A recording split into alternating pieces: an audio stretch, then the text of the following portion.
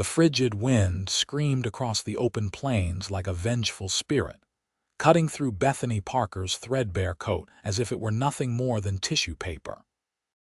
Her 4-year-old daughter Emma whimpered against her chest, the child's face buried in the crook of her neck, as the first heavy snowflakes began to fall in the fading December light of 1878.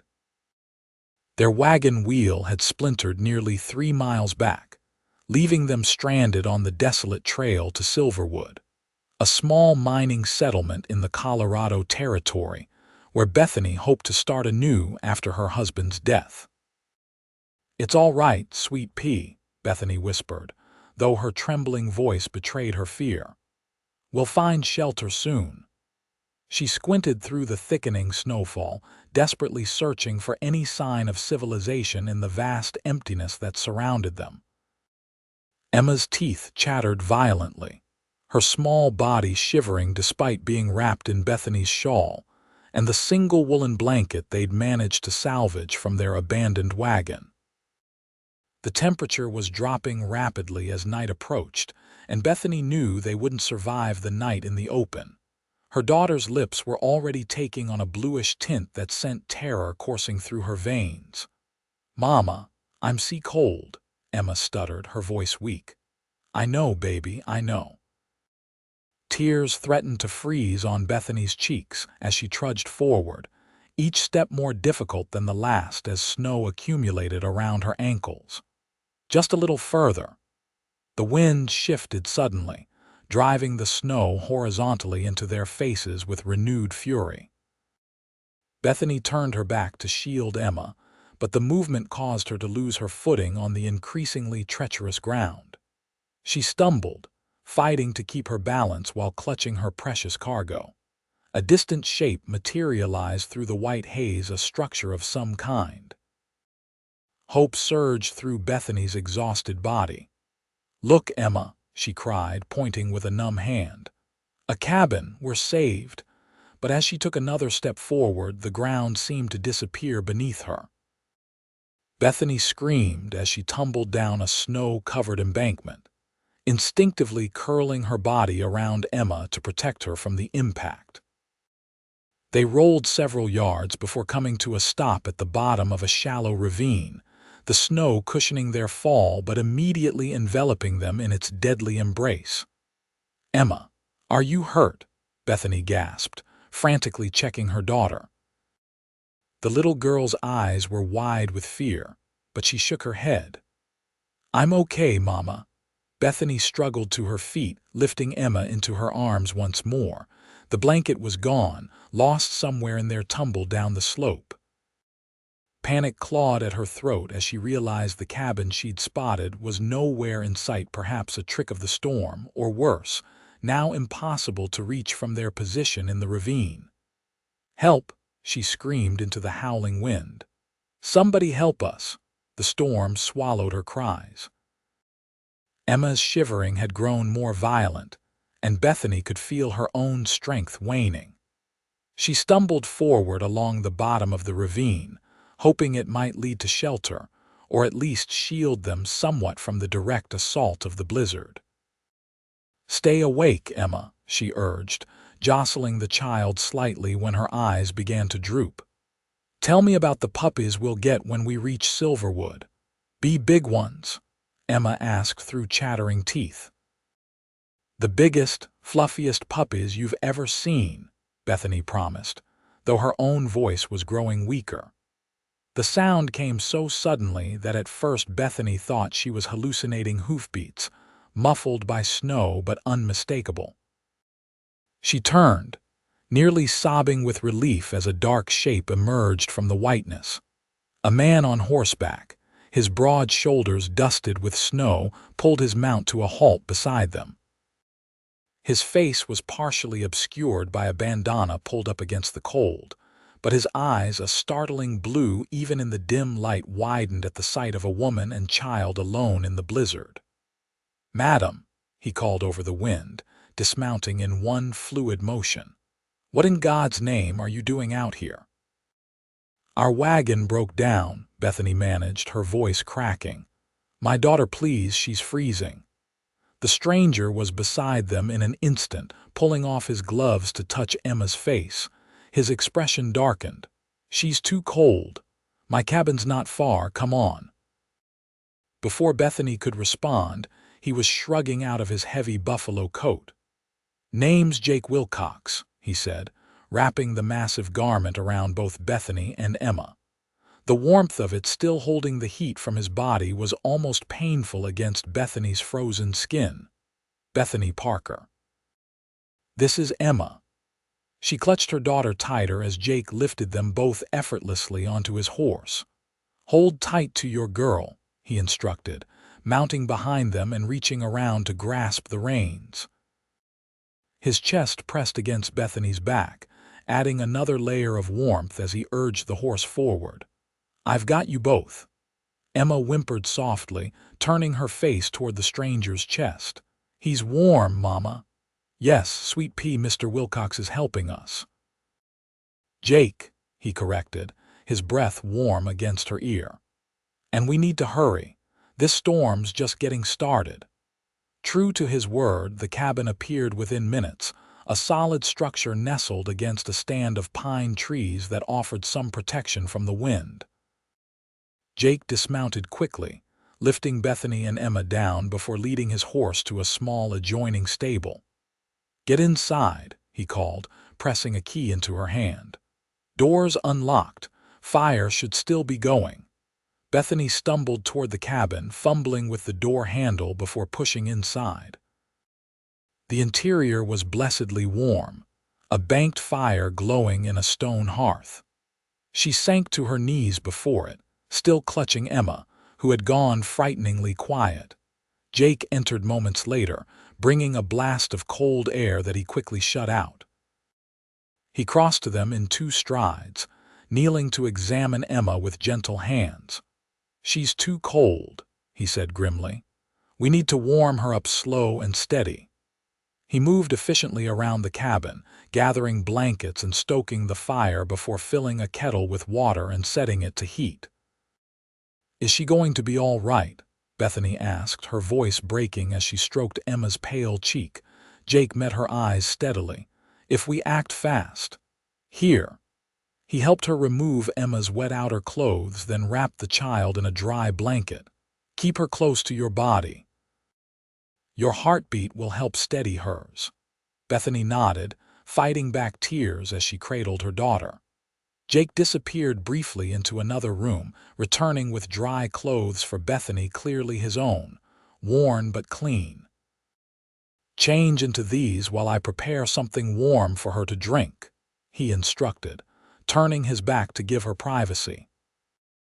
Bethany hesitated only a moment before stripping off her sodden dress and pulling on the offered clothing, a soft flannel shirt that hung to her knees and woolen trousers.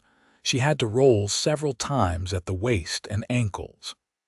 The immediate relief from the wet garments made her gasp. "Ready," she whispered, and Jake turned back, his expression softening at the sight of her swimming in his clothes. "Here," he said, handing her a cup of what smelled like mint tea with honey. "Try to get her to take a few sips, not too hot but warm enough." Bethany coaxed Emma into drinking a little, relief flooding her when the child responded. Some color was returning to her face, though she remained alarmingly lethargic. "She needs more direct warmth," Jake said after watching them for a moment. "The fire's not enough." He hesitated, then spoke with quiet authority. "I know it's forward of me, madam, but the best way to warm someone in danger of freezing is direct body heat." Bethany stared at him, understanding dawning. "You mean?" "I mean we need to wrap her between us, share our warmth. It's the surest way." In any other circumstance, Bethany would have been scandalized by the suggestion. But Emma's life hung in the balance, and something in Jake Wilcox's steady gaze told her she could trust him completely. "All right," she agreed, her voice steadier than she felt.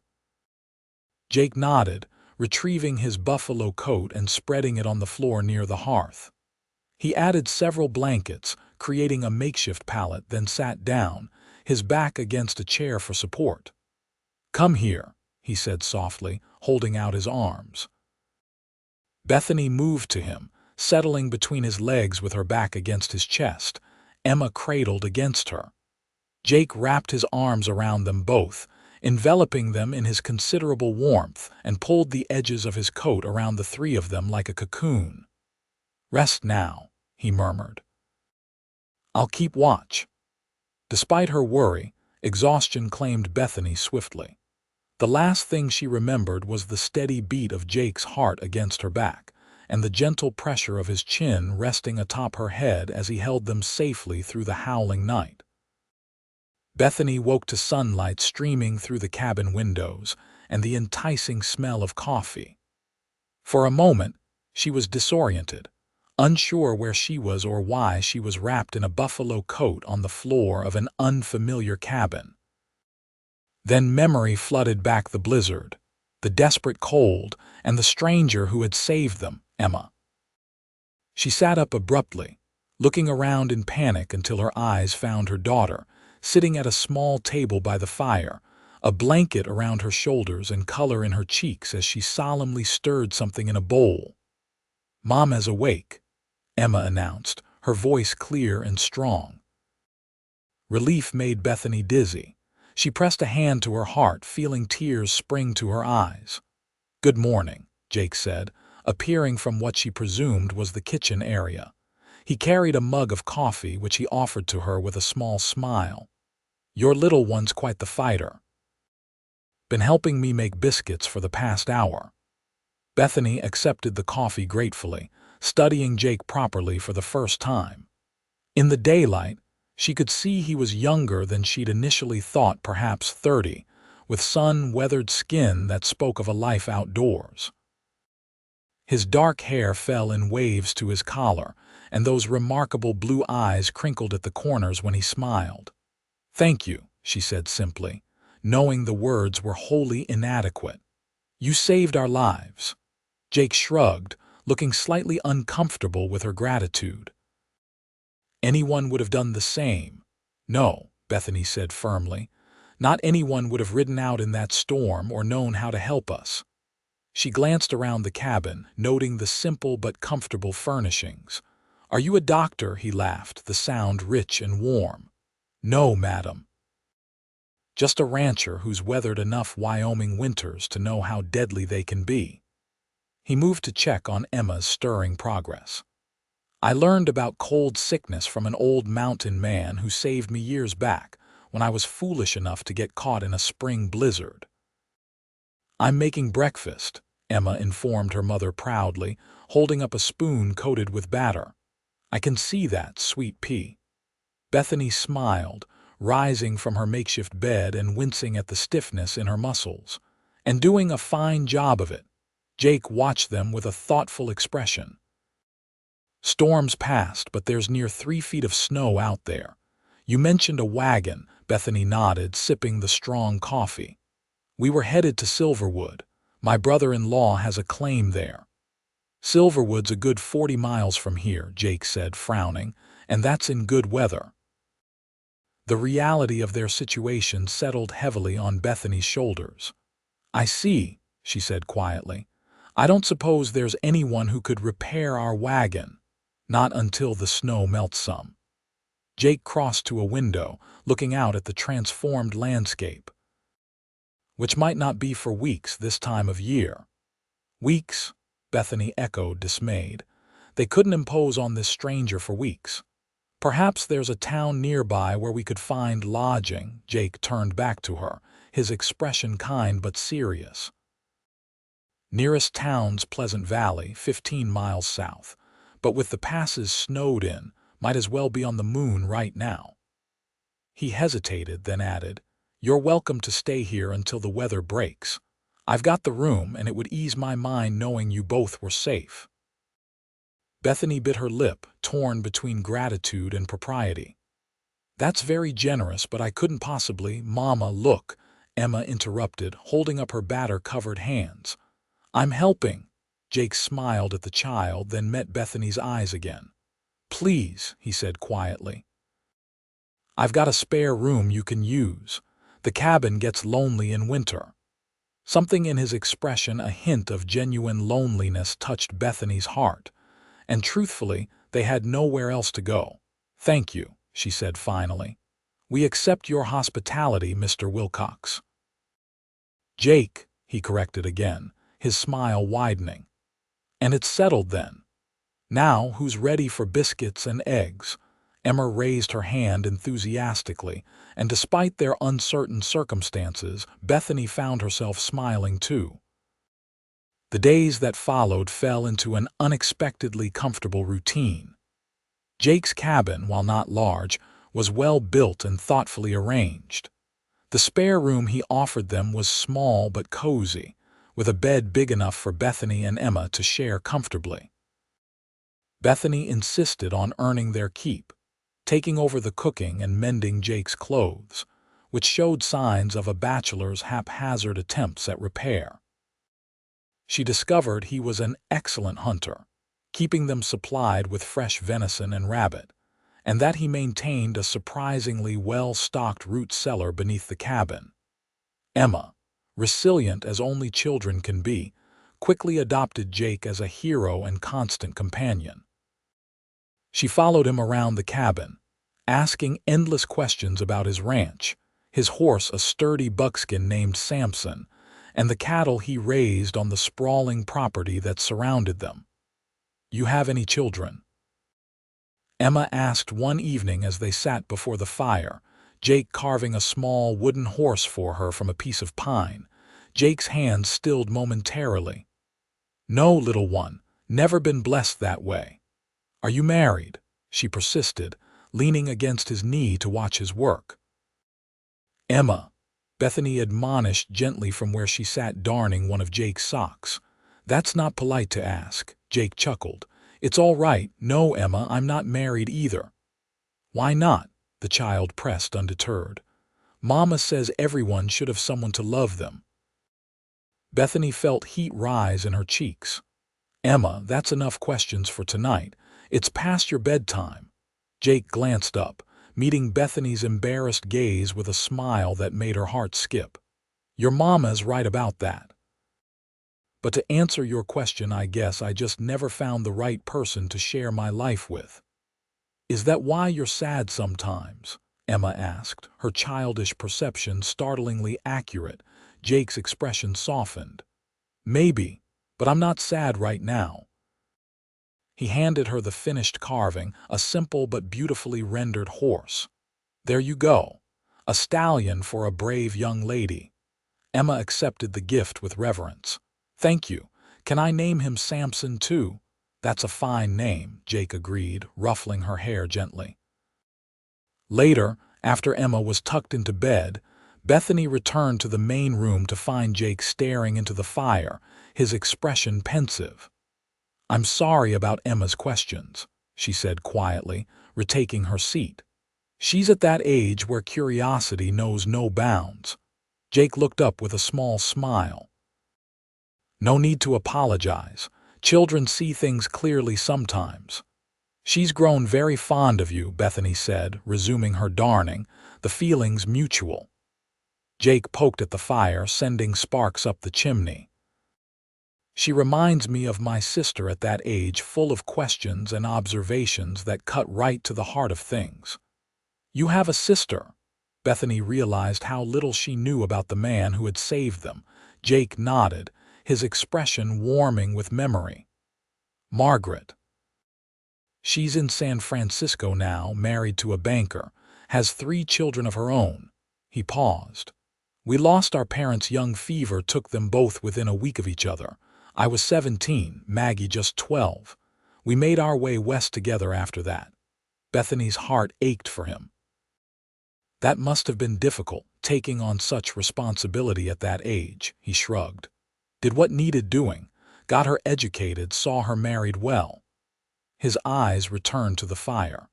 "Then came north to Wyoming, worked cattle drives until I could afford this place. Been here 8 years now." "It's a lovely home," Bethany said sincerely. "You've built something special here." "It's just a cabin," he replied, though she could tell her words pleased him. "No, it's more than that. It's a haven." She set down her darning, suddenly needing him to understand. What you did for us riding out in that blizzard, bringing us here, caring for Emma, I can never repay such kindness. Jake's gaze was steady as he looked at her. There's nothing to repay, Bethany. I'm just grateful I was there. The way he said her name soft, almost reverent, sent a warm shiver through her.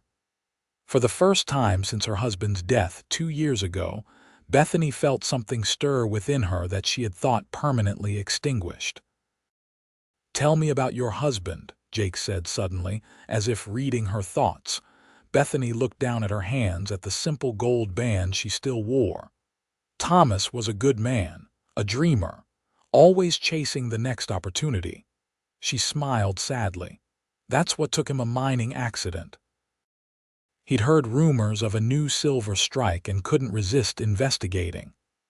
"I'm sorry for your loss," Jake said softly. "It was hard at first," Bethany admitted. "But Emma needed me to be strong. And Thomas's brother Frank offered us a place in Silverwood, a chance to start over." "Is that why you were traveling in winter? Not many folks brave these passes once the snow starts." Bethany sighed.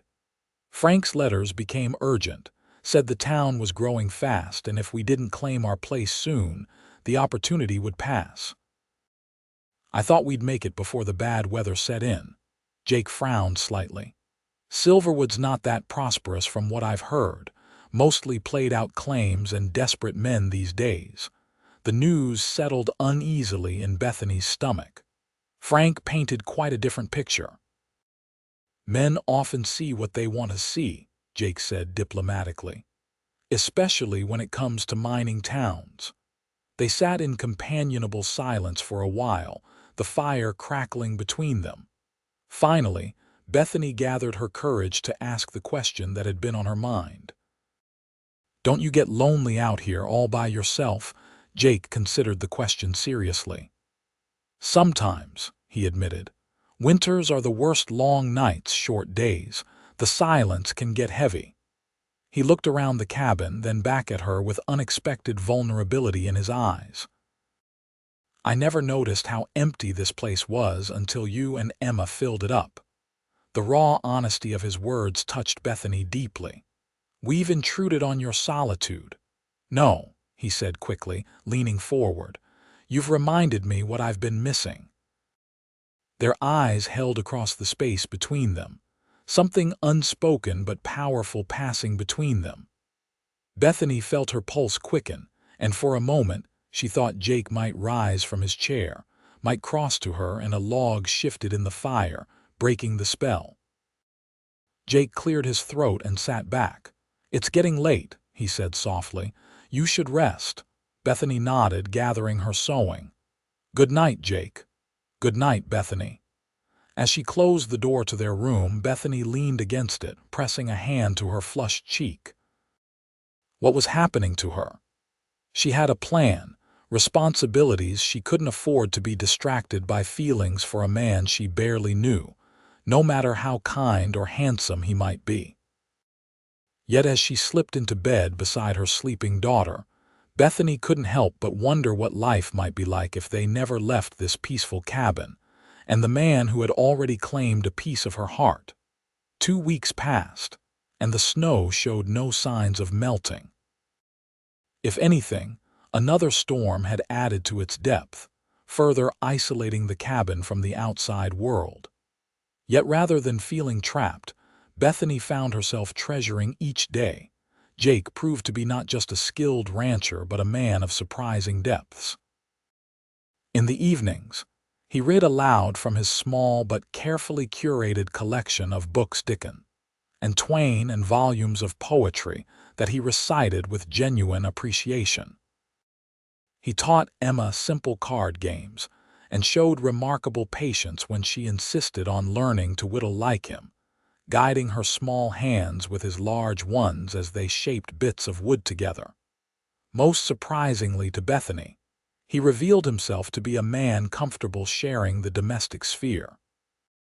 He kneaded bread alongside her in the mornings, showed her how he preserved vegetables from his garden, and even demonstrated the proper way to darn a sock when he found her struggling with a particularly stubborn hole. "My sister taught me," he explained when Bethany expressed surprise at his domestic skills. "Said if I was going to live alone, I'd better learn to fend for myself properly." "She sounds like a wise woman," Bethany replied, smiling as she watched him efficiently close the gap in the wool. "She is." Jake handed back the sock. "She'd like you, I think. You have the same practical approach to life." "Is that a compliment, Mr. Wilcox?" Bethany teased, surprising herself with her boldness. Jake's eyes crinkled. "Most definitely, Mrs. Parker." Such moments of easy banter had become increasingly common between them, as had lingering glances and the occasional brush of hands that sent electricity coursing through Bethany's veins. Yet neither of them had spoken openly about the growing attraction between them, both seemingly content to let it develop naturally in the cocoon of their snowbound existence. Until the night Emma's cough began. It started as a slight tickle at bedtime that Bethany dismissed as nothing serious. But by midnight, the child was burning with fever, her small body racked with deep, rattling coughs that sent panic shooting through Bethany's heart.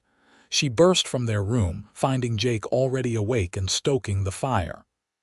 "Emma's sick," she said, her voice tight with fear. "She's burning up." Jake was on his feet immediately, following Bethany to the bedroom. One touch to Emma's forehead confirmed the gravity of the situation. "Chest colds turn to fever," he said grimly. "We need to cool her down and ease that cough." For the next several hours, they worked together to battle Emma's illness.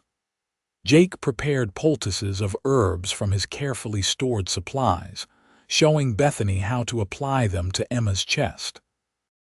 He brewed strong tea with honey and whiskey to ease the coughing, and they took turns bathing the child's feverish skin with cool water. "I can't lose her," Bethany whispered in the darkest hour of the night, when Emma's breathing seemed most labored. "She's all I have." Jake took her trembling hand in his. "You won't lose her," he promised. "She's strong like her mother." By dawn, the fever had broken and Emma slept peacefully, her breathing easier though the cough remained. Bethany, exhausted beyond measure, swayed on her feet beside the bed. "You need rest," Jake said softly, steadying her with a hand on her elbow. "I'll watch over her." "I can't leave her," Bethany protested weakly. "You'll be no good to her if you collapse." His voice was gentle but firm. "The worst is past. Sleep a little just there in the chair if you prefer. I'll wake you if anything changes." Too tired to argue further, Bethany sank into the rocking chair beside Emma's bed. Jake draped a blanket over her, his hand lingering on her shoulder. "Thank you," she murmured, her eyes already closing. "For everything." She felt the gentle press of his lips against her forehead. "Rest now," he whispered.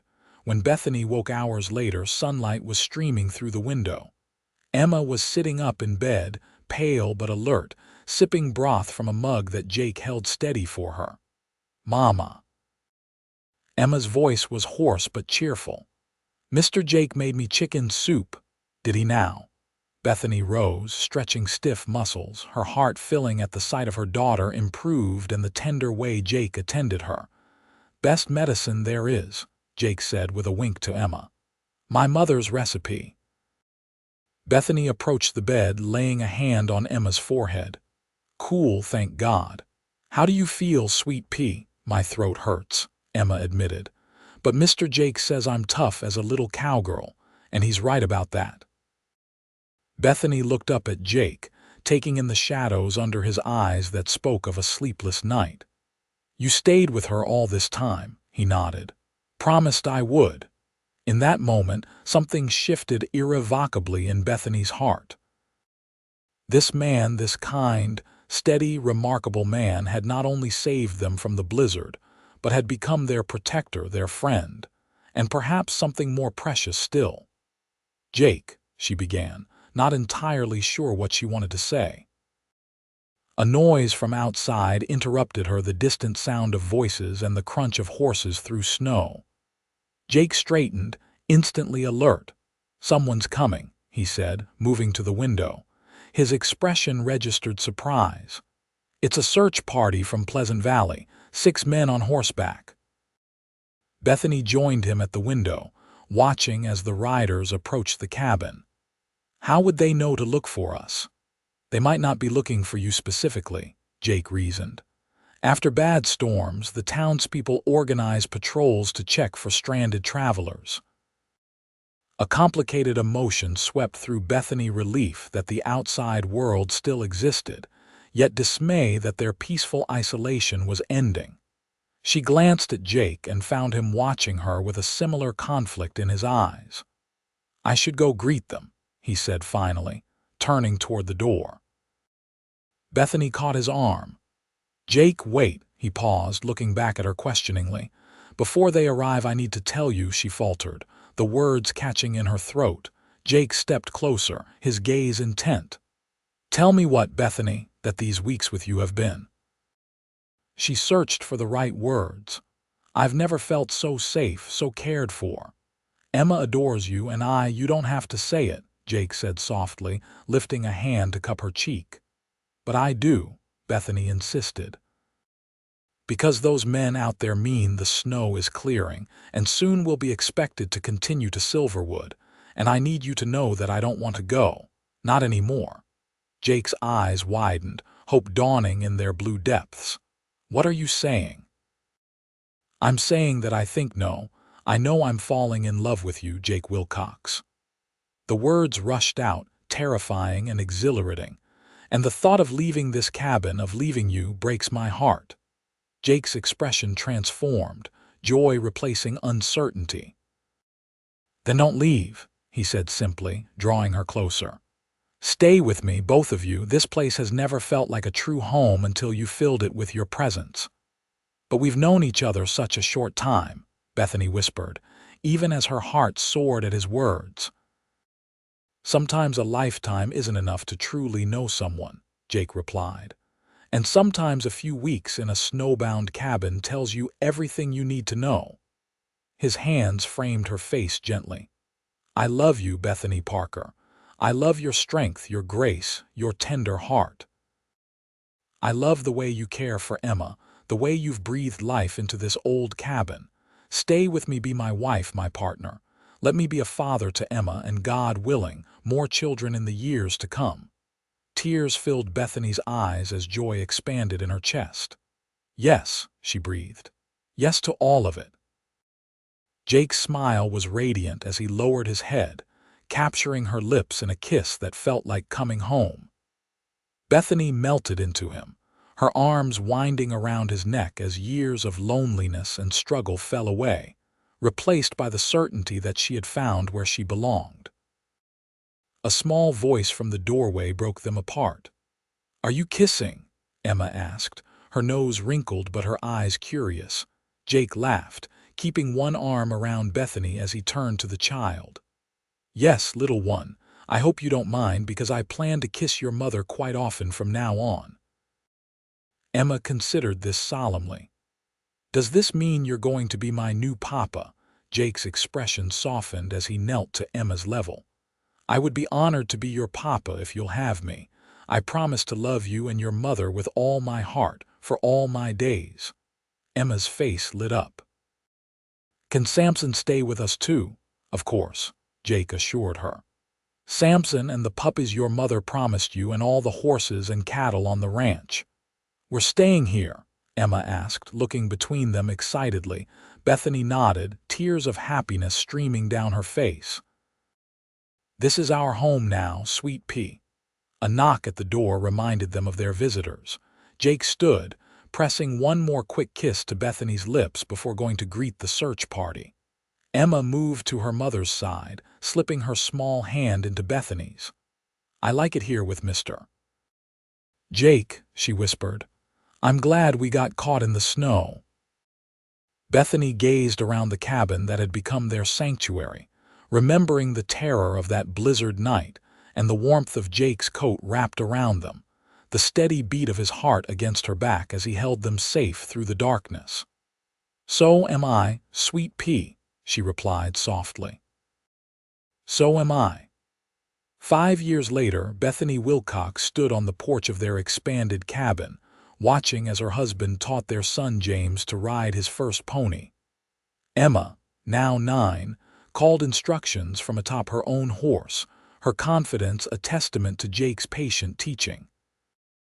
The ranch had prospered under their combined efforts, growing from Jake's modest beginning into one of the most respected operations in the territory.